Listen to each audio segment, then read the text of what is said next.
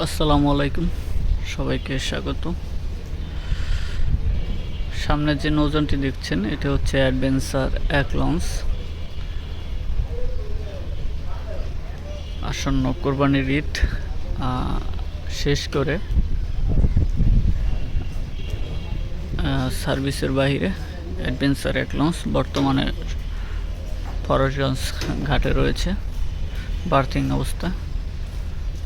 হয়তোবা আরও অল্প কিছুদিন এরপরে হয়তো তাকেও নৌ সেক্টর থেকে বিদায় জানাতে হবে অ্যাডভেঞ্চার এক লঞ্চকে।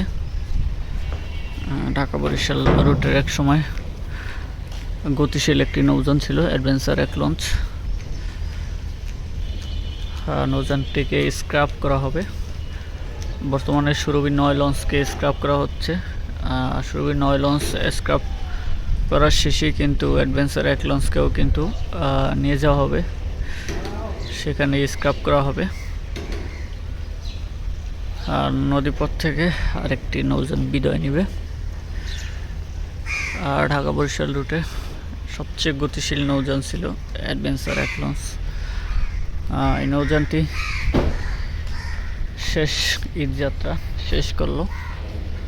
বর্তমানে এভাবেই পড়ে আছে নৌযানটি। হয়তোবা এটাই হচ্ছে অ্যাডভেঞ্চার এক লঞ্চের শেষ ভিডিও বা শেষ।